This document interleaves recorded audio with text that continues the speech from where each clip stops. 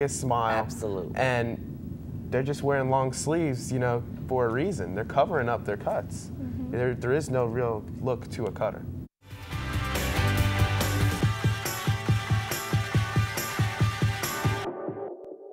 I think that one of the things that you could do if you had a friend that cuts himself or herself is not focus so much on what the person is doing, not focus on the cutting, but what's causing that person to do it. Not really the act of cutting, just what can help prevent that, but just don't even really bring up the words cutting or injury or depression. Just kind of just talk to them. There's a reason for everything. If a person comes to you, and says, "Hey, I need help," and and they'll show you, wherever they're cutting, don't freak out. Because that will just make them, oh, I made a big mistake. I will never tell anyone again. And show them the wrong thing. For people who cut themselves, it takes a lot of courage to open up to someone, because for them it's like their last option.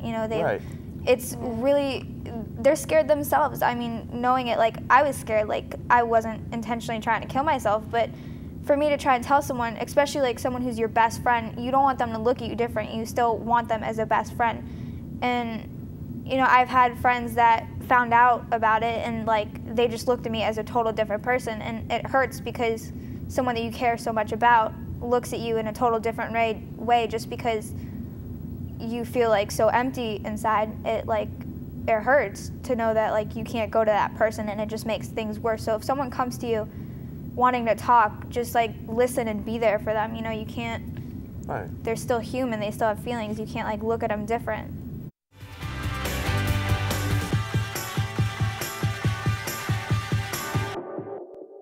I don't think a cutter is going to admit it right away that they need help. They're going to go on and on and on. And I think the first time they get a thought of doing it, or no, I'm not going to say that. The first time they do it, I think, is the time they need help.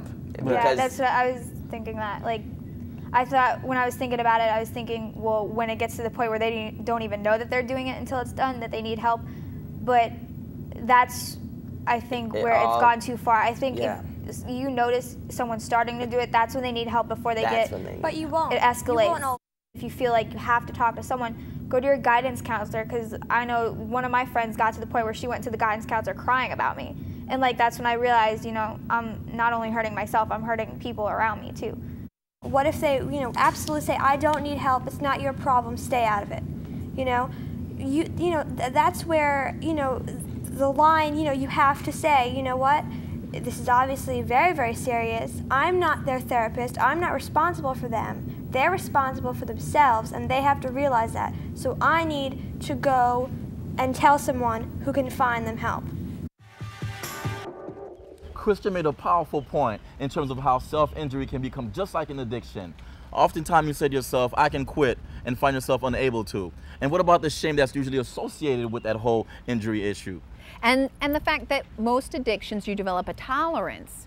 So with self-injury, you also develop a tolerance. The first cut is not as deep and it's not as frequent, but as time goes on, you need to cut deeper and more often to get that same sense of relief.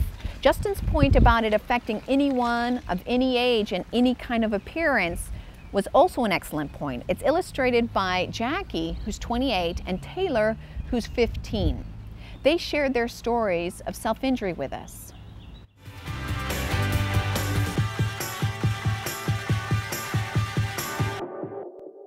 I personally, used to cut and burn and hit myself or knock myself up against the wall, just about anything to calm myself, I guess. My purpose is I was so full emotionally and I hurt so bad in the inside that I didn't know how to help other people see how bad I hurt. And so if I made it visual on the outside, then it would also say that it's okay for me to feel bad because now I physically hurt instead of just emotionally hurt. And it also gave a cue to the people around me that something was wrong, even though most of the time I would hide it. But if they caught it or whatever, they would know that I hurt, and so they could help. My self-injury was that I cut my wrists and my legs and pretty much any part of my body. I started to cut my legs, because you could see my arms and people would say something to me. So, but I would hurt myself because I was mad or I wasn't in control. Like I felt like I couldn't control things, or if someone was upset with me, I would cut and I felt like I couldn't breathe unless I cut. It was, it's hurting yourself when you don't know what else to do. I cut for probably 3 or 4 years consecutively. A lot of the time where I would cut, there was different periods where I would cut twice a day, to where maybe I would cut once every 2 weeks, and that's what a good was. I felt like I couldn't breathe. I said this before, but I would feel like I literally, and it sounds so dumb to say, and I wish I knew a better way, but I literally felt like someone was holding my head underwater, like I was drowning. And if I didn't cut, I wouldn't breathe.